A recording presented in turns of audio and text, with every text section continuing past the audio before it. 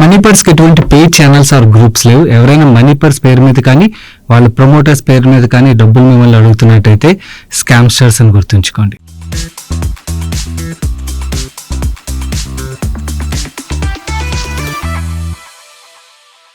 Hi guys, welcome to ask money బర్షి. ఈరోజు ask money బర్షి మీరు పంపించే క్వశ్చన్స్ కి ఆన్సర్ చేసే ముందు నేను ఈ వీక్ చూసే రోజు ఎక్స్కాన్ బెంగళూరులో అయింది. Massive event. ఈ ఈవెంట్ కి విజిట్ చేశాను. మైనింగ్ అండ్ అగ్రిగేట్స్ ఇండస్ట్రీ ఏదైతే ఉన్నదో I got lot of info ఈ ఎగ్జిబిషన్ విజిట్ చేయడం వల్ల. అక్కడ మనకి లిస్టెడ్ కంపెనీస్ లైక్ ఏఎస్ అవ్వచ్చు, ఎజెక్స్ అవ్వచ్చు, ఎస్కాట్స్ అవ్వచ్చు, టారిన్ అవ్వచ్చు, వీళ్ళ ప్రొడక్ట్స్ అక్కడ ప్రెజెంట్ చేశారు. అండ్ మనకి unlisted and pre IPO stage లోని పుజ్లాన్ అవ్వచ్చు, ప్రొపైల్ అవ్వచ్చు, అండ్ సానీవ్ అయితే ఎక్విప్మెంట్స్ ఓ లెవెల్లోనే మీకు ఇక్కడ ఫొటోస్ చూపిస్తాను చూడండి. మనకి heavy engineering side, especially advance technology side మన కంపెనీస్ అయితే చాలా బాగా వర్క్ చేస్తున్నాయి. అక్కడ వాళ్ళ ప్రొడక్ట్స్ ప్రెజెంట్ చేశారు కదా, అమేజింగ్ ఎక్స్పీరియన్స్. అండ్ నేనైతే హైదరాబాద్ నుంచి బెంగళూరు ట్రావెల్ చేశాను. బట్ మీలో ఎవరైనా కూడా మీరున్న లొకేషన్ లో ఇలాంటివి అవుతున్నప్పుడు తప్పకుండా వెళ్ళడానికి ప్రయత్నించండి. మీకు చాలా ఇన్ఫర్మేషన్ దొరుకుతుంది. ఎస్పెషల్లీ మనం లిస్టెడ్ కంపెనీస్ ని మనం స్క్రీనర్ లోని లేకపోతే ఆన్లైన్ లోని రీసెర్చ్ చేస్తాం. కానీ ప్రాక్టికల్లీ ఆన్ గ్రౌండ్ ఇలాంటి ఎగ్జిబిషన్స్ కి అది వెళ్ళినప్పుడు మనం రియల్ కంపెనీ ఒక ప్రొడక్ట్స్ అవ్వచ్చు, వాళ్ళ మేనేజ్మెంట్ తో మాట్లాడినప్పుడు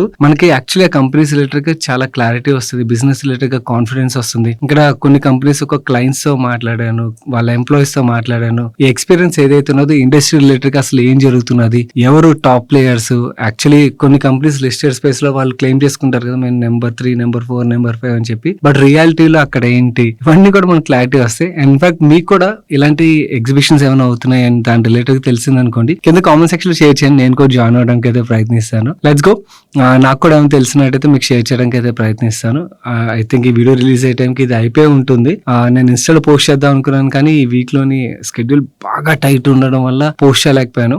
హెన్స్ ఫోర్త్ నేను ఇన్స్టాలో కూడా పోస్ట్ చేయడానికి అయితే ప్రయత్నిస్తాను. Let's try and work hard and explore good companies. మన నెక్స్ట్ క్వశ్చన్ నరేష్ గారు అడుగుతున్నారు, కేశవరామ్ ఇండస్ట్రీ స్టాక్ గురించి చెప్పండి సార్. ఓపెన్ ఆఫర్ రిలేటెడ్ గా అడుగుతున్నారు కదా, అండ్ మిగిలిన వ్యూవర్స్ కూడా చెప్తున్నాను. ఈ ఓపెన్ ఆఫర్స్ ని యాక్టివ్ గా ఫాలో అయ్యి కొంచెం హార్డ్ వర్క్ చేశారు అనుకోండి, 1 year లో 5x 10x kind of returns మనం షార్ట్ కట్ గురించి వెతుకుతుంటాం చూడండి.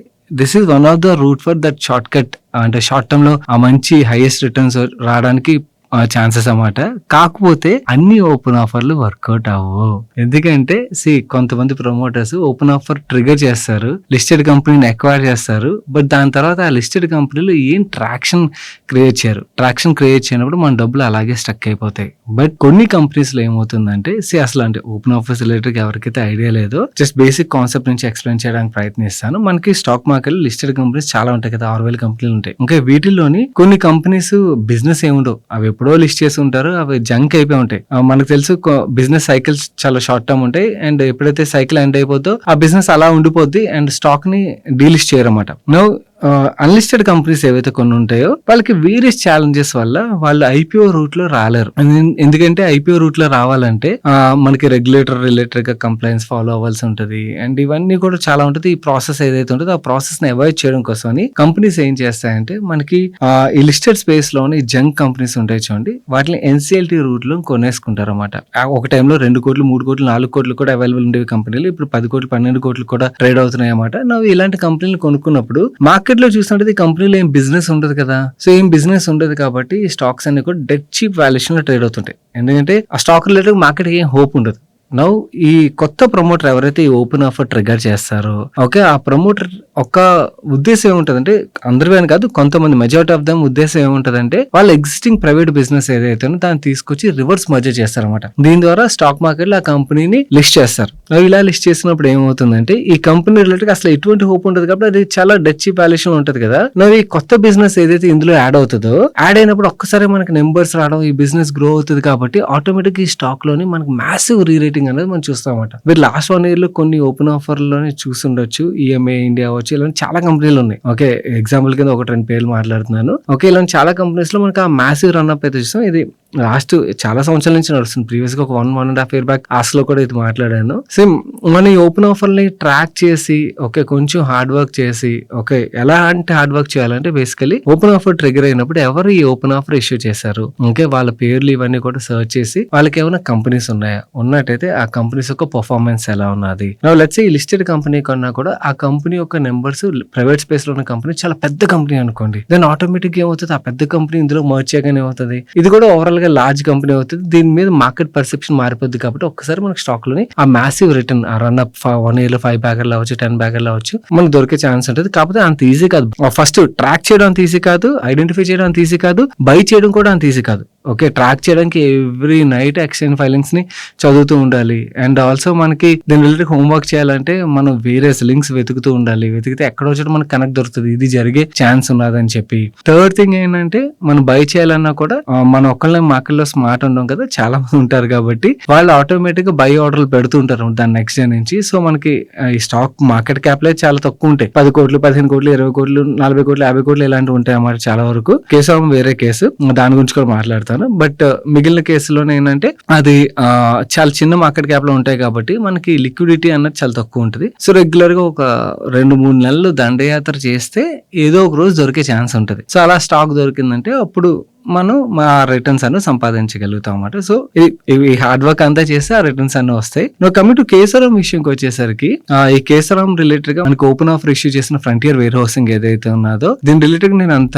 వర్క్ చేయలేదు. ఎందుకంటే ఆల్రెడీ కేసరమే మనకి 250 కోట్లు మార్కెట్ క్యాప్ కంపెనీ. నవ్వు ఈ ఫ్రంటియర్ వేర్ హౌసింగ్ అంతకన్నా చాలా పెద్ద కంపెనీ అనుకోండి, దెన్ మీకు స్టాక్ పరంగా మ్యాసివ్ రీరేటింగ్ మీరు ఎక్స్పెక్ట్ చేయొచ్చు. బట్ ఆల్రెడీ స్టాక్ అయితే 50% పైన పెరిగిపోయింది. ఇలాంటి టైంలోని ఓన్లీ థింగ్ మీరు ఐడెంటిఫై చేయాల్సింది ఏంటి, ఫ్రంటియర్ వేర్ హౌసింగ్ రిలేటెడ్ గా మీరు వర్క్ చేయాలి. పబ్లిక్లీ డేటా మనకు అంత ఈజీగా అవైలబుల్ ఉండదు, కొంచెం గట్టిగానే పనిచేయాలి.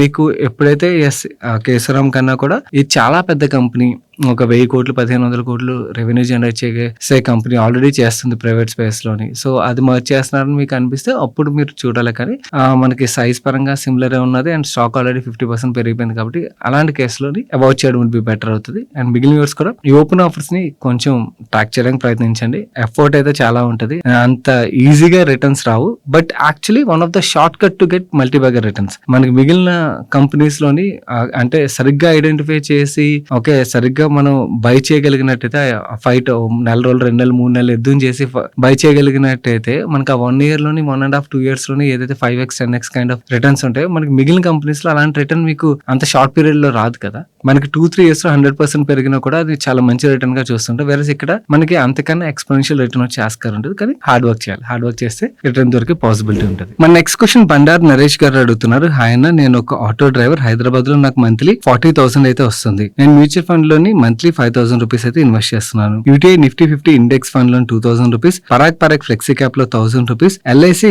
గోల్డ్ ఈటీఎఫ్ లో 1,000 rupees, Bandhan small cap fund లో 1,000 రూపీస్ అయితే పెడుతున్నాను. నాకు 2 పిల్లలు, రిషిక ఏజ్ 3.5 years, కీర్తి ఏజ్ 1 year. వీళ్ళ పేరు మీద సుకన్య సమృద్ధి యోజనలో కూడా ఇన్వెస్ట్ చేస్తున్నాను. రిషిక అకౌంట్ లో ఇప్పటి వరకు ₹1,00,000 ఇన్వెస్ట్ చేశాను. కీర్తి అకౌంట్ లో ఇప్పటి వరకు ₹12,000 ఉన్నాయి. నాకు 3 లక్షలు గోల్డ్ లో ఉన్నది, 2 లక్షలు పే చేశాను, ఇంకొక ₹1,00,000 అయితే డ్యూ ఉన్నది. అయితే నాకు ఇక్కడ క్వశ్చన్ ఏంటంటే ఆ ₹1,00,000 కూడా పే చేసి మళ్ళీ లోన్ తీసుకుని 2 పేర్ల మీద ₹1,00,000 చెప్పని సుకన్య సమృద్ధి యోజన అకౌంట్ లోని ఇన్వెస్ట్ చేయాలని అయితే అనుకుంటున్నాను. మిగిలిన ₹1,00,000 ఏదైతే ఉన్నదో ఐపీఓ అలాట్మెంట్ కోసం ట్రై చేద్దాం అనుకుంటున్నాను. అన్న ప్లీజ్ నాకు ఫైనాన్షియల్ అడ్వైజర్ అవ్వండి. డెఫినెట్లీ అండి, మీలాంటి వాళ్ళ కోసం కదా అసలు ఛానల్ స్టార్ట్ చేసింది.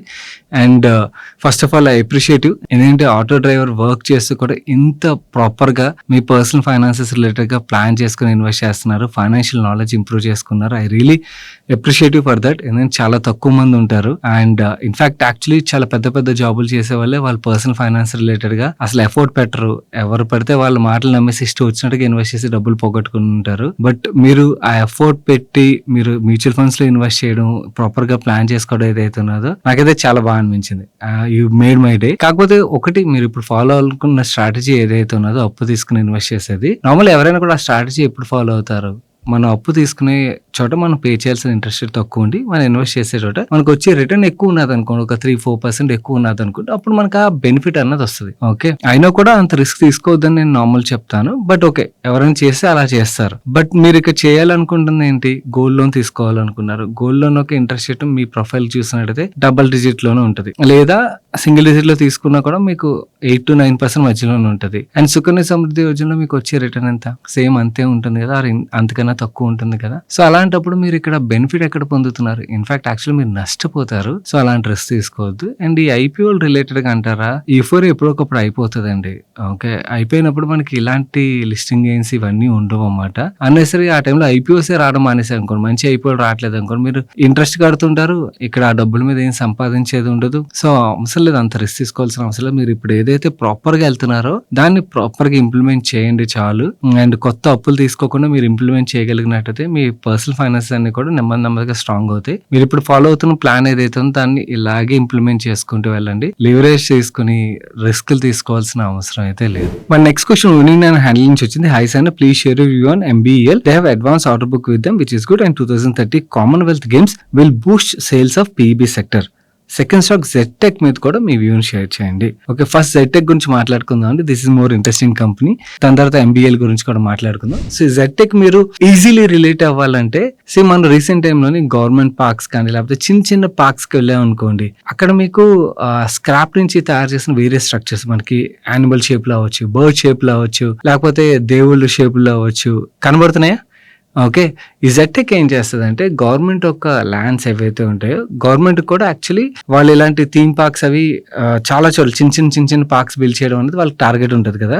సో గవర్నమెంట్ నుంచి అలా ల్యాండ్ తీసుకుని వీళ్ళు ఆ పార్క్ ని అయితే స్క్రాప్ కూడా గవర్నమెంట్ నుంచి వీళ్ళకి వస్తుంది. ఆ పార్క్ ని అయితే వీళ్ళు బిల్డ్ చేస్తారు. బిల్డ్ చేసిన తర్వాత ఆ పార్క్ టికెట్ రేట్ నుంచి అవ్వచ్చు, లేకపోతే ఆ పార్క్ లో అమ్మిన వాటి నుంచి అవ్వచ్చు, వీళ్ళు రెవెన్యూ అయితే సంపాదిస్తారు. అండ్ గవర్నమెంట్ కూడా కొంచెం పర్సెంటేజ్ ఆఫ్ రెవెన్యూ షేరింగ్ అయితే చేస్తారు. ఇది వీళ్ళ మేజర్ బిజినెస్. వీళ్ళకి ఈ బిజినెస్ మాత్రమే కాకుండా ఇంకొక 2 సెగ్మెంట్స్ కూడా ఉన్నాయి. ఒకటి ఇండస్ట్రియల్ వేస్ట్ వాటర్ సెగ్మెంట్ అయినట్టయితే, third geo technical solution segment. వీళ్ళ థీమ్ పార్క్ సెగ్మెంట్ ఏదైతే ఉన్నదో లాస్ట్ క్వార్టర్ లో చూసినట్టయితే 90% రెవెన్యూ వీళ్ళకి ఎక్కడి నుంచి వస్తుంది. యాజ్ ఆఫ్ నౌ చూసినట్టయితే వీళ్ళు ఇలాంటి 18 థీమ్ పార్క్స్ అయితే ఆల్రెడీ బిల్డ్ చేశారు. ఇక్కడ నుంచి వీళ్ళకి రెవెన్యూ కూడా వస్తుంది. అండ్ 35 ఆన్ గోయింగ్ పార్క్స్ ఇప్పుడు కరెంట్లీ రన్ అవుతున్నట్టుగా, త్వరలోనే ఇవి కూడా లైవ్ అవుతాయని అయితే చెప్తున్నారు. మన ప్రెసెంటేషన్ లో 19 కనబడితే అండ్ మేనేజ్మెంట్ కాన్ఫరెన్స్ కాల్ లో అయితే 35 పార్క్స్ రిలేటెడ్ గా వర్క్ వేరియస్ స్టేజెస్ లో అయితే రన్ అవుతున్నట్టుగా అయితే మేనేజ్మెంట్ చెప్తున్నారు. అండ్ ఈ థీమ్ పార్క్స్ లో మీరు మేజర్లీ అబ్జర్వ్ చేసినట్టయితే మీకు ఇక్కడ స్క్రీన్ మీద చూపిస్తారు. మనకి యూపీలో కనబడితే, ఢిల్లీలో ఎక్కువగా కనబడతాయి. రీసెంట్ గా వీళ్ళు మహారాష్ట్ర, బీహార్ అండ్ గుజరాత్ స్టేట్స్ లో కూడా వీళ్ళు ఎక్స్పాండ్ చేసినట్టుగా చెప్తున్నారు. త్వరలోనే సౌత్ తెలంగాణలోని వీళ్ళు థీమ్ పార్క్స్ రిలేటెడ్ గా ఆల్రెడీ గవర్నమెంట్ డిస్కషన్ నడుస్తుంది. అండ్ ఇక్కడ కూడా వీళ్ళు థీమ్ పార్క్స్ అయితే ఇక్కడ బిల్డ్ చేయబోతున్నట్టుగా అయితే చెప్తున్నారు. అండ్ వీళ్ళు ఆల్రెడీ బిల్డ్ చేసిన థీమ్ పార్క్స్ అవ్వచ్చు, లేకపోతే బిల్డ్ చేయబోతున్న థీమ్ పార్క్స్ ఏవైతే ఉన్నాయో ఈ థీమ్ పార్క్స్ కి వీళ్ళు ఒక సెపరేట్ నేమ్ కూడా పెట్టబోతున్నారు. ఎందుకంటే వీళ్ళ థీమ్ పార్క్ అని తెలియాలి, అంటే ఆ బ్రాండింగ్ పనికి వస్తుందని చెప్పి. మనకి వండర్లా చూసినట్టయితే వండర్లా హైదరాబాద్ అని, వండర్లా బెంగళూరు అని, వండర్లా చెన్నై అని ఇలా ఉంటుంది కదా. సిమిలర్లీ వీళ్ళు థీమ్ పార్క్స్ ని జింగ్ అనే బ్రాండ్ నేమ్ తోని రీబ్రాండ్ చేసినట్టుగా అయితే చెప్తున్నారు. అండ్ Q2 ఎండింగ్ నాటికి మేనేజ్మెంట్ ఏం చెప్తున్నారంటే వీళ్ళకి 200 crores ఆర్డర్ బుక్ ఉన్నట్టుగా. ఇందులో 113 crores ఆర్డర్ బుక్ వీళ్ళు theme park related order book అయినట్టయితే, rest of the order book వీళ్ళు అదర్ 2 సెగ్మెంట్స్ ఏవైతే ఆ సెగ్మెంట్స్ నుంచి వచ్చినట్టుగా చెప్తున్నారు. అండ్ FY26 లో వీళ్ళు 15 to 20 new theme parks build చేయబోతున్నట్టుగా, వీళ్ళ క్యాపబిలిటీ ఆ లెవెల్ కి రీచ్ అయినట్టుగా. అండ్ కమింగ్ ఫ్యూచర్ లోని వీళ్ళ క్యాపబిలిటీని 30 to 40 theme parks per year build చేసే క్యాపబిలిటీకి అయితే వీళ్ళు ఇంక్రీజ్ చేయబోతున్నట్టుగా చెప్తున్నారు. అండ్ కమింగ్ టు వీళ్ళ అదర్ 2 సెగ్మెంట్స్ విషయంకి వచ్చేసరికి, ముందుగా వేస్ట్ వాటర్ మేనేజ్మెంట్ సెగ్మెంట్ ఏదైతే ఉన్నదో ఈ సెగ్మెంట్ రిలేటెడ్ గా యాక్చువల్లీ వీళ్ళ ఆఫీస్ గోవాలో ఉండేది, దాన్ని ఇప్పుడు వడోదరాకి అయితే షిఫ్ట్ చేసేస్తున్నారు. దానికి రీజన్ మేనేజ్మెంట్ ఏం చెప్తున్నారంటే, మన ఇండియాలోని కెమికల్ కంపెనీస్ అన్ని కూడా ఎక్కువగా ఎక్కడ ఉంటాయి, మనకి గుజరాత్, వడోదర ఈ నియర్ బై ఏరియాలోనే ఎక్కువగా ఉంటాయి కదా. సో అక్కడ మా క్లయింట్స్ ఎక్కడైతే ఉన్నారో అక్కడ మేము మూవ్ అయినట్టయితే బిజినెస్ బాగా గ్రో అవుతుంది అని అయితే చెప్తున్నారు. అండ్ ఫ్యూచర్ లోని ఈ బిజినెస్ ని ఏ లెవెల్ గ్రో చేస్తామని చెప్తున్నారంటే, బేసికలీ వీళ్ళ థీమ్ పార్క్ బిజినెస్ ఉన్నది కదా, మెజారిటీ ఆఫ్ ద రెవెన్యూ ఇక్కడ నుంచి వస్తుంది కదా. జియో టెక్నికల్ సెగ్మెంట్ ఏదైతే ఉన్నదో ఈ segment and waste water segment, ఈ 2 సెగ్మెంట్స్ ని వాటర్ ఇన్ఫ్రా సెగ్మెంట్ అంటారన్నమాట. నౌ సపరేట్ గా డీమర్జర్ చేయబోతున్నట్టుగా 2027 తర్వాత ఆ డీమర్జర్ రిలేటెడ్ గా కూడా వీళ్ళు ఆలోచించబోతున్నట్టుగా అయితే చెప్తున్నారు. సో ఆ బిజినెస్ ని ఆ లెవెల్ గ్రో చేసి సపరేట్ చేస్తారని అయితే మనం అనుకోవచ్చు అన్నమాట. అండ్ వీళ్ళు జియో టెక్నికల్ సెగ్మెంట్ లో నెక్స్ట్ 4 to 5 months లోని వీళ్ళు 100 crores ఆర్డర్ బుక్ అయితే ఎక్స్పెక్ట్ చేస్తున్నట్టుగా చెప్తున్నారు. And business growth guidance related గా మాట్లాడుకుంటే మేనేజ్మెంట్ అయితే చాలా అగ్రెసివ్ గ్రోత్ గైడెన్స్ అయితే ఇస్తున్నారు. 70% గ్రోత్ రేట్ లో అయితే గ్రో అవుతామని అయితే చెప్తున్నారు. అండ్ ఈ FY26 లో వీళ్ళు 170 crores plus top line and 35 crores plus bottom line చేస్తామని అయితే చెప్తున్నారు. కానీ H1 ఎండింగ్ నాటికి చూసినట్లయితే వీళ్ళు 55 crores top line and 9 crores bottom line అయితే డెలివర్ చేశారు. సెకండ్ హాఫ్ లోని రీసెంట్ కాన్ఫరెన్స్ కాల్ మేనేజ్మెంట్ ఏమన్నారంటే, మేము గైడెన్స్ ఇచ్చిన నెంబర్ ఏదైతే ఉందో దాన్ని డెలివర్ చేస్తామని అయితే కాన్ఫిడెంట్ గా చెప్తున్నారు. కాకపోతే మనకు తెలుసు మార్కెట్ లోని అలాంటి అగ్రెసివ్ గ్రోత్ గైడెన్స్ ఇచ్చి గైడెన్స్ మిస్ అయినట్టయితే మాత్రం, గైడెన్స్ మీట్ అయితే ఎలాగైతే మార్కెట్ అప్రిషియేట్ చేస్తుందో, గైడెన్స్ మిస్ అయితే మార్కెట్ పనిష్ కూడా అలాగే చేస్తుంది. సో అదైతే గుర్తుంచుకోండి ఎవరైనా కూడా స్టాక్ లో ఇన్వెస్ట్ చేసినట్టయితే. సెకండ్ థింగ్, వీళ్ళు రీసెంట్ టైమ్ లో back to back fund rise అయితే చేస్తారు. ఈ ఫండ్ రైజ్ చేయడానికి వాళ్ళు ఏం చెప్తున్నారంటే, ఒకటి ఎక్విజిషన్ రిలేటెడ్ గా, సెకండ్ థింగ్ ఏంటంటే వీళ్ళు వర్కింగ్ క్యాపిటల్ రిక్వైర్మెంట్ రిలేటెడ్ గా ఫండ్ రైజ్ చేసినట్టు చెప్తున్నారు. దీన్ని బట్టి మనకు అర్థమవుతుంది వర్కింగ్ క్యాపిటల్ రిలేటెడ్ గా వీళ్ళకి కంటిన్యూస్ గా రిక్వైర్మెంట్ అయితే ఉంటుంది అని చెప్పి. So this is second risk. Third risk ఏంటంటే, దో వీళ్ళు నెట్ ప్రాఫిట్ చూపిస్తున్నా కూడా మనకి క్యాష్ ఫ్లో ఫ్రమ్ ఆపరేషన్స్ లో కూడా positive cash flow from operations అయితే కనబడట్లేదు. So that is another risk. So cash కింద కన్వర్ట్ అవడం కూడా చాలా ఇంపార్టెంట్ కదా. సో ఫ్యూచర్ ని క్యాష్ లో కన్వర్షన్ జరిగితే పర్లేదు, but cash flow related conversion జరగకపోతే మాత్రం మనకి స్టాక్ లోని ఎంత గ్రోత్ గైడెన్స్ ఇచ్చినా కూడా ఎప్రిసియేషన్ అయితే చూడం. So this is the third risk which you need to keep tracking. Fourth point, వీళ్ళు రీసెంట్ గా చేసిన ఫండ్ రైజ్ వల్ల ప్రమోటర్ స్టేక్ అయితే రెడ్యూస్ అయినట్టుగా మనకు కనబడుతుంది. బట్ అది మాత్రమే కాకుండా లిటిల్ క్వాంటిటీ ప్రమోటర్స్ కూడా సెల్ చేసినట్టుగా మనం చూడొచ్చు. ఇది కంపెనీ రిలేటెడ్ గా, దో వీళ్ళు చేస్తున్న బిజినెస్ ఇంట్రెస్టింగ్ ఉన్నది అండ్ గ్రోత్ పరంగా మేనేజ్మెంట్ చెప్తున్నది బాగున్నది. ఆ గ్రోత్ డెలివర్ చేసి క్యాష్ కన్వర్ట్ చేయగలిగినట్టయితే మాత్రం yes, it's a good interesting stock to definitely watch for. Next, మీరు ఎంబీఏల గురించి అడిగారు కదా, ఇది recent IPO and prefab business ఏదైతే ఉందో రీసెంట్ టైమ్ లో మనకి బ్యాక్ టు బ్యాక్ చాలా కంపెనీస్ ఐపీఓస్ అయితే వస్తున్నాయి. అండ్ కమింగ్ 6 months 1 year లోని మనం ఇంకొన్ని కంపెనీస్ కూడా పబ్లిక్ మార్కెట్స్ కి అయితే ఎక్స్పెక్ట్ చేయొచ్చు అన్నమాట. సో మనకి లిస్టెడ్ ప్లేయర్స్ మాత్రమే కాదు, అన్లిస్టెడ్ ప్లేయర్స్ కూడా చాలా మంది ఉన్నారని అయితే గుర్తుంచుకోవాలి. అండ్ ఈపాక్ ది ఐపీఓ వచ్చినప్పుడు మనకి ప్రీఫాబ్ బిజినెస్ చేసే కంపెనీస్ అన్నిటి కంపారిజన్ ఒక షీట్ అయితే మనకి RHP లో ప్రొవైడ్ చేశారు. అది మీకు ఇక్కడ స్క్రీన్ మీద కూడా చూపిస్తాను చూడండి. మీరు కెపాసిటీస్ బట్టి చూడొచ్చు. మనకి హైయెస్ట్ కెపాసిటీ కిర్బీ దగ్గర ఉన్నట్టుగా కనబడుతుంది. నెక్స్ట్ ఇంట్రాచ్ దగ్గర ఉన్నది 1,61,000 metric ton per annum capacity వాళ్ళ దగ్గర ఉన్నట్టయితే, ఈపాక్ దగ్గర 1,33,000 metric ton per annum capacity ఉన్నది. అండ్ ఎంబీఎల్ దగ్గర 1,03,000 metric ton per annum capacity ఉన్నది. అండ్ పెన్నార్ దగ్గర 90,000 metric ton per annum capacity ఉన్నది. నెక్స్ట్ ఆర్డర్ బుక్ పరంగా మనకి ఇది డేటా అంతా కూడా ఈపాక్ ఒక RHP వచ్చినప్పుడు డేటా ఇది. సో లేటెస్ట్ కాదు, లేటెస్ట్ గా ఏమైనా ఆర్డర్స్ వచ్చినట్టు అవి అడిషనల్ గా యాడ్ చేసుకోవాల్సి ఉంటుంది. ఆ టైం చూసినట్టు ఈపాక్ దగ్గర 127 crores ఆర్డర్ బుక్ అయితే ఉన్నది. ఇంట్రాచ్ దగ్గర 1,640 crores ప్లస్ ఆర్డర్ బుక్ అయితే ఉన్నది. అండ్ పెన్నార్ దగ్గర 700 crores ప్లస్ ఆర్డర్ బుక్ ఉన్నట్టయితే, ఈ MNB దగ్గర 613 crores ఆర్డర్ బుక్ అయితే ఉన్నది. సో ఆర్డర్ బుక్ పరంగా మనం చూసినట్టు ఇంట్రాచ్ దగ్గర అండ్ పెన్నార్ దగ్గర చాలా మంచి ఆర్డర్ బుక్ అయితే ఉన్నది. పెన్నార్ దగ్గర వాళ్ళ కెపాసిటీ తక్కువ ఉన్నా కూడా ఆర్డర్ బుక్ అయితే బాగున్నది, ఇది మనం గుర్తుంచుకోవాలి. రిటర్న్ రేషియోస్ పరంగా చూసినట్టయితే ఆల్మోస్ట్ అందరిది సిమిలర్ రిటర్న్ రేషియోస్ మనకు కనబడుతున్నాయి. ఓన్లీ పెన్నార్ ఒకటి కొంచెం return ratios on the lower side లో మనకు కనబడుతుంది. వాల్యుయేషన్స్ పరంగా మనం చూసాం అనుకోండి, అగైన్ మనకి అన్ని కంపెనీస్ కూడా సిమిలర్ వాల్యుయేషన్ లో ట్రేడ్ అవుతున్నట్టుగా మనకు కనబడుతుంది. ఓన్లీ పెన్నార్ మాత్రం 9 times EV/EBITDA మల్టిపుల్ అయితే మనకి ట్రేడ్ అవుతున్నట్టుగా కనబడుతుంది. ఇక్కడ ఉన్న ప్రాబ్లం ఏంటంటే, ఈ MNB రిలేటెడ్ గా వీళ్ళు IPO టైంలో వచ్చినప్పుడు వీళ్ళు మార్జిన్స్ పియర్స్ అందరితో కంపేర్ చేసినట్టయితే వీళ్ళ మార్జిన్స్ మనకి బెటర్ గా ఉన్నట్టుగా వీళ్ళు ప్రొజెక్ట్ చేశారన్నమాట ఆ టైంలోని. అండ్ మేనేజ్మెంట్ కూడా ఏం గైడ్ చేశారంటే, మార్కెట్ కి మా మార్జిన్స్ బెటర్ గా ఉండడానికి కారణం మా ఎక్స్పోర్ట్ షేర్ ఎక్కువగా ఉన్నది, దానివల్ల మా మార్జిన్స్ పియర్స్ కంపేర్ చేసినట్టయితే బెటర్ గా ఉన్నాయని అయితే గైడ్ చేశారు. కానీ IPO లిస్ట్ అయిన తర్వాత వచ్చిన మార్జిన్ చూసినట్టయితే దాని కాంట్రరీ మనకు కనబడుతుంది అన్నమాట. సో ఆటోమేటిక్ గా మార్కెట్ కి ఆ డౌట్స్ అయితే క్రియేట్ అవుతాయి. ఎందుకంటే మనందరూ తెలుసు, IPO వచ్చే ముందు కంపెనీ బాగా బ్యూటిఫుల్ గా రెడీ చేస్తారు. సో రియాలిటీ ఏంటన్నది మనకి లిస్ట్ అయిన తర్వాత కనబడుతుంది. సో వీళ్ళు మార్జిన్స్ యాక్చువల్లీ పియర్స్ కన్నా కూడా తక్కువగా జనరేట్ చేస్తున్నారు అనుకోండి, దెన్ ఆటోమేటిక్ గా మార్కెట్ మిస్గైడ్ చేసినందుకు స్టాక్ మీద మనకి ఆ ప్రెషర్ అయితే కనబడుతుంది. మార్కెట్ లో నా డిసప్పాయింట్మెంట్ అయితే మనకు కనబడే ఆస్కారం ఉంటుంది. సో స్టాక్ రిలేటెడ్ గా ఈ రిస్క్ అయితే మీరు దృష్టిలో ఉంచుకోండి. అండ్ ఓవరాల్ గా చూసినట్లయితే ఇంట్రాచ్ and Pennar looks more attractive. And also మనకి కమింగ్ 6 to 9 months లో ఇంకొన్ని కంపెనీస్ కూడా IPO గా రానున్నాయి, ఇది కూడా దృష్టిలో ఉంచుకోండి.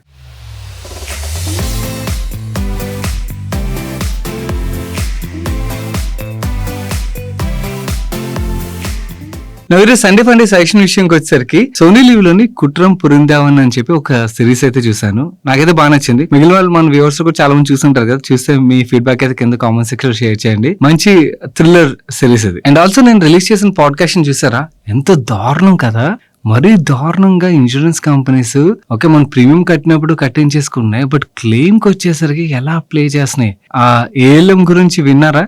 ఓకే, వినకపోతే it is worth listening podcast ఇది. You will get lot of info. And actually ఎవరైతే టర్మ్ ఇన్సూరెన్స్ కానీ హెల్త్ ఇన్సూరెన్స్ కానీ పాలసీ తీసుకుంటారు, మీరు తీసుకున్న వాళ్ళు మాత్రమే కాకుండా మీ ఫ్యామిలీకి కూడా వినిపించండి. ఎందుకంటే మనకి ఇలాంటి సిచ్యువేషన్స్ వచ్చినప్పుడు మనం ఎలా ఫేస్ చేయాలి అండ్ ఈ ప్రాబ్లం మనం ఎలా ఓవర్కమ్ చేయాలన్నది క్లియర్ గా ఆ పాడ్కాస్ట్ లో అయితే డిస్కస్ చేయడం జరిగింది. ఈ వీడియో ఐ బటన్ లోని ఎండ్ కార్డ్ లో ఉంచుతాను. It's a must watch podcast ఇది. అండ్ ఫైనాన్షియల్ కంటెంట్ రెగ్యులర్ గా ఫాలో అయ్యే వాళ్ళు మాత్రమే కాదు, ఇది ప్రతి ఒక్కరికి హెల్ప్ఫుల్ అవుతుంది. కాబట్టి కాబట్టి మీరు చూడడం మాత్రమే కాకుండా మీ ఫ్రెండ్స్ అండ్ ఫ్యామిలీకి షేర్ చేయడం అయితే మర్చిపోకండి. మన నెక్స్ట్ క్వశ్చన్ ప్రదీప్ గారు అడుగుతున్నారు. Hello sir, I'm following your videos from couple of weeks. Thanks for educating. I need your guidance on how to come out of my current financial liabilities. I'm a software engineer in Bangalore with 10 years of experience. I have 10 lakhs health insurance from my employer and additionally 20 lakhs personal health insurance for my family, and I have taken 2 crores term insurance. In year 2021, a major unexpected health issue occurred in my family. Unfortunately, it was not covered under any of the health insurance policies. The treatment went on for 2 years and costed around 60 lakh rupees. Thankfully, she recovered in 2023 and we are now fine from health perspective, but financially we are still struggling. To arrange that 60 lakhs, I have sold 10 lakhs from mutual fund, 5 lakhs from stocks and took 15 lakhs personal loan and 30 lakhs borrowed from friends. From 2023 to 2025, I've been managing a personal loan EMI of 33,000 rupees and paying around 45,000 monthly as an interest to friends. Because of these issues, I could not able to switch companies. I needed a flexible work environment to manage both finance and personal responsibilities. So I have stayed in the same company from last 7 years. My current take-home salary is 1.7 lakh rupees per month. Due to these financial constraints, I couldn't plan or think about buying a home either. My current monthly expenses are one kid's school fees 10,000 rupees per month, house rent 20,000 rupees per month, daily expenses, groceries, petrol and everything 20,000 rupees per month, medication 15,000 నుంచి 20,000 rupees per month అవుతుంది, insurance premiums term health accidental 10,000 rupees per month అవుతుంది, personal loan EMI 33,000 rupees per month and interest to friends 45,000 rupees అయితే అవుతుంది. Even though I am able to pay EMS and interest, my liabilities are not reducing. Whenever I have received bonus or variable pay, I try to save in mutual funds and stocks. Currently I have liquid funds loan 5 lakhs emergency fund కోసం పెట్టాను. Large cap mutual fund లో 2 lakh rupees ఉన్నాయి. Power grid InvIT లో 2,000 units అయితే hold చేస్తున్నాను. As of no 20,000 వరకు dividends రూపంలో receive చేసుకున్నాను. Please suggest how can I reduce my liabilities and plan my investments better. Okay and let me take you to Excel sheet and give you proper strategy. మీరు ఇచ్చిన numbers అన్ని కూడా Excel sheet లో input చేస్తాను. Input చేసినట్టయితే monthly మీ దగ్గర ఒక 12,000 రూపాయలు అయితే సర్ప్లస్ ఉంటున్నట్టుగా అయితే కనబడుతుంది మీరు ఇచ్చిన నెంబర్స్ అన్నిటిని బట్టి. అండ్ హెల్త్ అండ్ టర్మ్ ఇవన్నీ కూడా కవర్ అయిపోయి అండ్ పర్సనల్ లోన్ కి మీరు 33,000 రూపాయలు ఈఎంఐ పే చేస్తున్నాను అండ్ ఫ్రెండ్స్ దగ్గర తీసుకున్న లోన్ కి 45,000 రూపీస్ ఈఎంఐ పే చేస్తున్నా అన్నారు. సో పర్సనల్ లోన్ విషయంకి వచ్చేసరికి మీకు అరౌండ్ 11.5% ఇంట్రెస్ట్ పడుతుంది అనుకున్నాను. ఎందుకంటే మీరు ఎగ్జాక్ట్ ఇంట్రెస్ట్ రేట్ ఇవ్వలేదు, బట్ మీరు రివర్స్ క్యాలిక్యులేట్ చేస్తే 11.5% పడుతున్నట్టుగా అర్థమవుతుంది. అండ్ ఫ్రెండ్స్ దగ్గర తీసుకున్న లోన్ ఏదైతుందో దానికి 1.5% పర్ మంత్ పడుతుంది. అంటే 18% పర్ యానం ఇంట్రెస్ట్ రేట్ అయితే పడుతుంది ఇక్కడ. అండ్ ఇక్కడ ఒక చిన్న సింపుల్ స్ట్రాటజీ చెప్తాను, దీన్ని స్నోబాల్ ఎఫెక్ట్ అంటారు అన్నమాట. మీ దగ్గర ఏవైతే సేవింగ్స్ అండ్ ఇన్వెస్ట్మెంట్స్ ఉన్నాయి, 5 lakhs లిక్విడ్ ఫండ్ లో ఉన్నాయి అండ్ 2 lakhs మ్యూచువల్ ఫండ్స్ లో ఉన్నాయి అండ్ ఇన్విట్ లోనే అప్రాక్సిమేట్లీ మేము క్యాలిక్యులేట్ చేస్తే 1,88,000 రూపీస్ ఉన్నది. ఈ డబ్బులు ఏవైతే ఉన్నాయో మనకి ఎమర్జెన్సీ ఫండ్ మెయింటైన్ చేయడం చాలా ఇంపార్టెంట్. కాకపోతే ఇక్కడ కొంచెం అంటే రిస్క్ తీసుకుని ఈ స్ట్రాటజీ ప్లే చేస్తే మీ లయబిలిటీస్ ని కొంచెం త్వరగా అయితే రెడ్యూస్ చేయగలరు. ఏంటంటే ఈ డబ్బులు ఏవైతే ఉన్నాయో ఇన్వెస్ట్మెంట్స్ ని మీ ఫ్రెండ్స్ దగ్గర తీసుకున్న లోన్స్ ఏవైతే ఉన్నాయో దాంట్లోనే కొంచెం పార్ట్ క్లియర్ చేయడానికి ప్రయత్నించండి. క్లియర్ చేసినట్టయితే మీ దగ్గర అప్పుడు అడిషనల్ గా 19,000 odd రూపీస్ అయితే మంత్లీ మిగులుతుంది. ఆ 19,000 ప్లస్ ఆల్రెడీ మిగులుతున్న 12,000 కలిపినట్టయితే 31,000 అయితే మిగులుతుంది కదా. అవి 31,000 ని మీరు ఒక 3 నెలలు ఇలాగే సేవ్ చేశారు అనుకోండి, 3 నుంచి 4 నెలలు, ₹1,00,000 అక్యుములేట్ అయిపోతుంది కదా. ఆ ₹1,00,000 అక్యుములేట్ అవ్వగానే అగైన్ ఇప్పుడు చూడండి ఈ 30 లక్షల్లోని ఆ లైబిలిటీ మనం కొంచెం వరకు క్లియర్ చేస్తే 21 lakhs వస్తుంది. నువ్వు ఆ ₹1,00,000 క్లియర్ చేసి కానీ ఏమవుతుంది, ఆ 20 lakhs రెడ్యూస్ అవుతుంది. మళ్ళీ మీకు మంత్లీ ఏదైతే అవుట్ఫ్లో ఉంటుందో అది తగ్గుతుంది కదా. సో అంటే మీ దగ్గర ఉండే సర్ప్లస్ పెరుగుతుంది కదా. ఆ సర్ప్లస్ పెరిగితే ఏమవుతుంది, మీ దగ్గర ఆ సేవ్ చేయడానికి క్యాపబిలిటీ పెరుగుతుంది. ఆ సేవ్ చేయడానికి క్యాపబిలిటీ పెరిగితే నెక్స్ట్ టైం మీరు 4 months వరకు వెయిట్ చేయగలదు ₹1,00,000కి, 3 months లోనే ఆ ₹1,00,000 అక్యుములేట్ అవుతుంది. ఇలా మీరు ఈ ఫస్ట్ మేజర్ లైబిలిటీ ఏదైతుందో దాన్ని రన్ డౌన్ చేయండి. ఇది రన్ డౌన్ చేస్తే ఏమవుతుందంటే మీకు మంత్లీ ఆ 45,000 సేవ్ అవడం అయితే మిగులుతుంది. కొన్నాళ్ళలో ఒక 2-3 years డౌన్ ద లైన్ లోని మీరు ఇది ఈ లైబిలిటీ అయితే క్లియర్ చేయగలుగుతారు. అంటే ఆ 45,000 ఎప్పుడైతే మిగులుతుందో దాన్ని ప్రాపర్ గా మీరు ఇన్వెస్ట్మెంట్ ప్లాన్ చేసుకోగలిగారు అనుకోండి, మీ గోల్స్ కూడా అది ప్రాపర్ గా ఎలోకేట్ అవుతుంది. ఓకే 45,000 మిగిలింది కదా అని చెప్పి కంగారు పడిపోయి ఇల్లు కొని హోమ్ లోన్ రిలేటెడ్ ఇంకొక లైబిలిటీ అడిషనల్ గా ఇమీడియట్ గా అయితే తీసుకోవద్దు. నెమ్మదిగా మీ అదర్ లైబిలిటీస్ క్లియర్ చేసుకుంటూ వచ్చి సమ్ సర్ప్లస్ ఓకే మీ దగ్గర కార్పస్ క్రియేట్ చేసుకున్న తర్వాత దెన్ మీరు మిగిలిన ఏదైతే హోమ్ రిలేటెడ్ డ్రీమ్ అవచ్చు ఇవన్నీ ఫుల్ఫిల్ చేసుకోవడానికి అయితే ప్రయత్నించండి. That would be better strategy అవుతుంది. ఇక్కడ ఈ స్ట్రాటజీలోని మీకు ఒక డౌట్ రావచ్చు, మరి ఎమర్జెన్సీ ఖర్చులు వచ్చినప్పుడు పరిస్థితి ఏంటి అని చెప్పి. మీ ఫ్రెండ్స్ దగ్గర నుంచి మీరు 1.5% ఇంట్రెస్ట్ రేట్ ఏదైతే ఉన్నది మంత్లీ దానికి లోన్ తీసుకున్నారు కదా, రేపు ఉదయం అలాంటి ఎమర్జెన్సీ వచ్చింది అనుకోండి, వాళ్ళ దగ్గర నుంచి ఆ లోన్ తీసుకునే పాసిబిలిటీ అయితే ఉన్నది కదా. ఆర్ ఈ లోనే కదా మనం ఇంకేదన్నా అంటే మన దగ్గర మంత్లీ సర్ప్లస్ ఉంటుంది అనుకోండి, ఇంకేదైనా చిన్న పర్సనల్ లోన్ తీసుకోవాలన్నా కూడా అంత ఎమర్జెన్సీ వచ్చినప్పుడు తీసుకోవాలన్నా కూడా తీసుకోగలుగుతాం. బట్ ఈ రిస్క్ తీసుకోకపోతే ఏమవుతుందంటే మీరు ఈ లైబిలిటీ నుంచి బయటకు రావడం అన్నది కొంచెం కష్టం అవుతుంది అన్నమాట, చాలా టైం పట్టేస్తుంది. So it is better you take this strategy. So దీని రిలేటెడ్ అంటే మన లైబిలిటీస్ నుంచి బయటకు ఎలా రావాలని చెప్పి ఇంకా మల్టిపుల్ స్ట్రాటజీస్ అయితే ఉంటాయి. దాని రిలేటెడ్ ఒక వీడియోని కూడా మన ఛానల్ ఆల్రెడీ రిలీజ్ చేశాను, ఇక్కడ ఐ బటన్ లో ఉంచుతాను. ఆ వీడియో చూడండి. మిగిలిన వాళ్ళు కూడా ఎవరైనా కూడా ఇలాంటి లైబిలిటీస్ రిలేటెడ్ గా ట్రబుల్ ఫేస్ చేస్తున్నట్టయితే ఆ వీడియోలో మీకు మల్టిపుల్ స్ట్రాటజీస్ అయితే షేర్ చేసాం. ఆ స్ట్రాటజీస్ ని మీరు ప్రాక్టికల్లీ ఇంప్లిమెంట్ చేయగలిగినట్టయితే లైబిలిటీస్ నుంచి అయితే బయటకు రాగలుగుతారు. All the best. మన నెక్స్ట్ క్వశ్చన్ ఆనంద్ అడుగుతున్నారు. I want to invest in IPOs only for listing gains with my savings of 15,000 rupees. With that, I'll get some short-term returns with that listing gains. Please suggest me, is it right or wrong? There is nothing wrong అండి. మనం ethically డబ్బులు సంపాదిస్తున్న అంటే ఏ వేలో సంపాదించిన ethically సంపాదిస్తున్నంత కాలం there is nothing wrong. కాకపోతే ఇక్కడ నేను ఓన్లీ థింగ్ మిగిలిన వ్యూవర్స్ కు చాలా మంది లిస్టింగ్ గెయిన్స్ రిలేటెడ్ గా ఫాలో అవుతుంటారు, ఐపీఓస్ అప్లై చేస్తుంటారు. కాబట్టి మీకు కొన్ని థంబ్ రూల్స్ చెప్తాను, కేర్ఫుల్ గా వినండి. ఒకటి, గ్రే మార్కెట్ ప్రీమియం ఏదైతుందో దాన్ని బ్లైండ్ గా ఫాలో అవ్వద్దు. ఓకే, అక్కడ చాలా గేమ్స్ నడుస్తాయి. మనకి జంక్ ఐపీఓస్ వచ్చినప్పుడు కూడా ఆ grey market premium hire side లో చూపిస్తుంటారు. మీకు లిస్ట్ అయిన తర్వాత అవి విభత్సంగా పడిపోతే చాలా మంది అక్కడ స్టక్ అయిపోతారు. సో ఫస్ట్ థింగ్ మనం గుర్తుంచుకోవాల్సిన థంబ్ రూల్ ఏంటంటే బిజినెస్ ని వినండి లేదా బిజినెస్ గురించి చదవండి. బిజినెస్ స్ట్రాంగ్ అనిపించింది, వాల్యుయేషన్స్ అట్రాక్టివ్ గా ఉన్నాయనిపించింది, అప్పుడు మాత్రమే అప్లై చేయండి. కానీ గ్రే మార్కెట్ ప్రీమియం బ్లైండ్ గా ఫాలో అయ్యి అప్లై చేయదు. ఇది ఫస్ట్ థంబ్ రూల్. ఓకే, ఎందుకు ఇలా చెప్తున్నా అంటే గ్రో ఐపీఓ వచ్చింది. ఆ టైంలో గ్రే మార్కెట్ ప్రీమియం తక్కువ ఉండేది, తక్కువ ఉన్నదని చాలా మంది అప్లై చేయలేదు. అండ్ ఇన్ఫాక్ట్ దాంట్లో నెగిటివ్ గా మాట్లాడడం చాలా మంది ఇవన్నీ చేశారు. కానీ ఏమైంది, మనకి వాల్యుయేషన్ అట్రాక్టివ్ గా వచ్చినప్పుడు లిస్ట్ అయిన తర్వాత కూడా స్టాక్స్ బాగా పర్ఫార్మ్ చేయడం అనేది మనకు కనబడుతుంది అన్నమాట. సో ఫండమెంటలీ గుడ్ కంపెనీస్ మంచి వాల్యుయేషన్ వచ్చినప్పుడు మీకు గ్రే మార్కెట్ ప్రీమియం ఉన్నా లేకపోయినా అప్లై చేయండి. Okay, that's a best strategy అవుతుంది.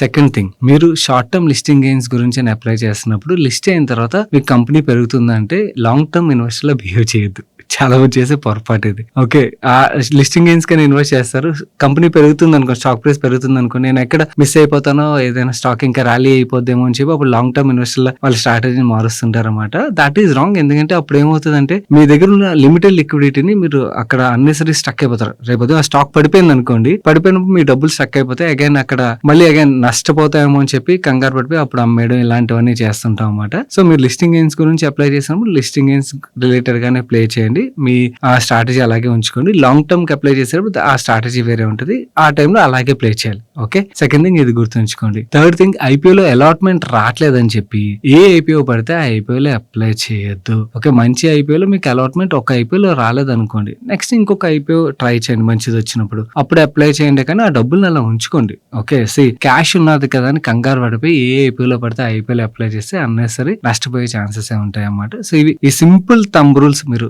ఐపీఓస్ అప్లై చేసేటప్పుడు గుర్తుంచుకోవాల్సింది. ఇవి గుర్తుంచుకుంటే సరిపోతుంది. హై వాల్యుయేషన్ లో వచ్చిన ఏ ఐపీఓ అయినా కూడా బిజినెస్ నచ్చకపోతే అప్లై చేయొద్దు. బిజినెస్ నచ్చింది, రీజనబుల్ వాల్యుయేషన్ ఉన్నదంటే you can play with it, even for listing gains అవ్వచ్చు, లాంగ్ టర్మ్ రిలేటెడ్ కావచ్చు. And there is nothing wrong, you can keep doing it అండి.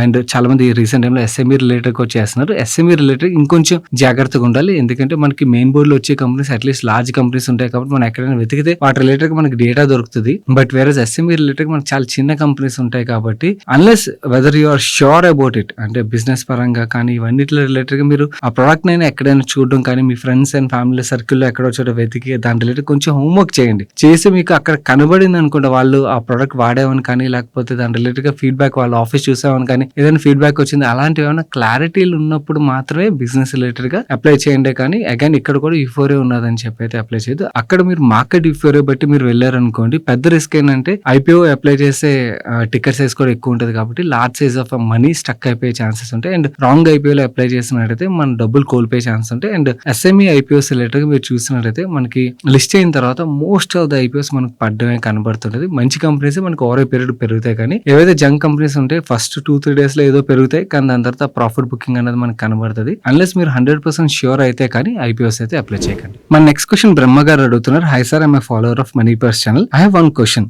Does the 15-15-15 rule really work in present market condition? For this plan, I have selected below 3 funds. Please verify these funds whether they can fulfill that 15-15-15 criteria. If there is any correction needed, please let me know. Currently, my portfolio performance is XIR 9.68% and total profit is 10.3%. SIPs విషయంకి వచ్చేసరికి axis small cap fund లోని 5,000 rupees per month SIP చేస్తున్నాను. XIR 11.28% work out అవుతుంది. Nippon small cap లో 3,000 rupees SIP చేస్తున్నాను. XIR 7.57% work out అవుతుంది. HDFC large cap fund లో 7,000 rupees SIP చేస్తున్నాను. XRR 10.19% work out అవుతుంది. గుడ్ క్వశ్చన్ అండి. ఇలాంటి మార్కెట్ కండిషన్ డెఫినెట్లీ చాలా మందికి ఇలాంటి రూల్స్ మీద అయితే డౌట్స్ వస్తాయి. అవి 15 ఏదైతే రూల్ ఉన్నదో అందులో ఫస్ట్ 15 ఏంటి, 15,000 రూపీస్ ఇన్వెస్ట్ చేయాలి పర్ మంత్, అవునా? సెకండ్ 15 ఏంటి, ఇదైతే ఇన్వెస్ట్ చేసేస్తాం. సెకండ్ 15 ఆ 15% రిటర్న్ జనరేట్ చేయాలి, దీని మీద మనం ఫోకస్ చేస్తాం. థర్డ్ 15 ఏంటి, 15 ఇయర్స్ హోల్డ్ చేయాలి. ఇక్కడే ప్రాబ్లం ఏంటంటే మనకి 1 to 2 years లో మార్కెట్ కండిషన్ రిలేటెడ్ గా డౌట్ వస్తుంటది, లేదా మనకి వేరే 2 కంట్రీస్ వార్ అవుతున్నాయి అనుకోండి, దాని రిలేటెడ్ మన మార్కెట్ పడిపోద్దేమో డౌట్ వస్తుంది. ఇలా చాలా డౌట్లు వస్తాయి. ఆ 15 ఇయర్స్ హోల్డ్ చేయలేకపోవడం వల్ల 15 రూల్ వర్కౌట్ అవుతుంది. అది హోల్డ్ చేయగలిగినట్టయితే హ్యాపీగా వర్కౌట్ అవుతుంది. అండ్ మీ పోర్ట్ఫోలియో విషయంకి వచ్చేసరికి ఓన్లీ కరెక్షన్ నాకు ఏమనిపిస్తుంది, హెచ్డిఎఫ్సి లార్జ్ క్యాప్ ఫండ్ ఏదైతే ఉన్నదో లార్జ్ క్యాప్ ఫండ్ బదులు నా ప్రిఫరెన్స్ ఇండెక్స్ ఫండ్ ఆర్ మన ఈటీఎఫ్ వుడ్ బి బెటర్ అన్నది నా వ్యూ. ఎందుకంటే లార్జ్ క్యాప్ ఫండ్స్ లో ఫండ్ మేనేజర్ లాంగ్ టర్మ్ లోని ఇండెక్స్ ని బీట్ చేయడం కష్టం అన్నది నా వ్యూ. సో అక్కడ కరెక్షన్ రిలేటెడ్ గా మీ ఇష్టం, మీ డెసిషన్ మీరు తీసుకోండి. అండ్ ఆల్సో ఎలొకేషన్ రిలేటెడ్ గా కూడా 50% ఎలొకేషన్ వుడ్ బి బెటర్ అవుతుంది. అలాంటి కేసులో మీరు కంఫర్టబుల్లీ అచీవ్ చేయగలుగుతారు. బట్ ఎప్పుడు ఈ 15 రూల్ అచీవ్ చేయగలుగుతారంటే థర్డ్ 15 కూడా మీట్ అయినప్పుడే.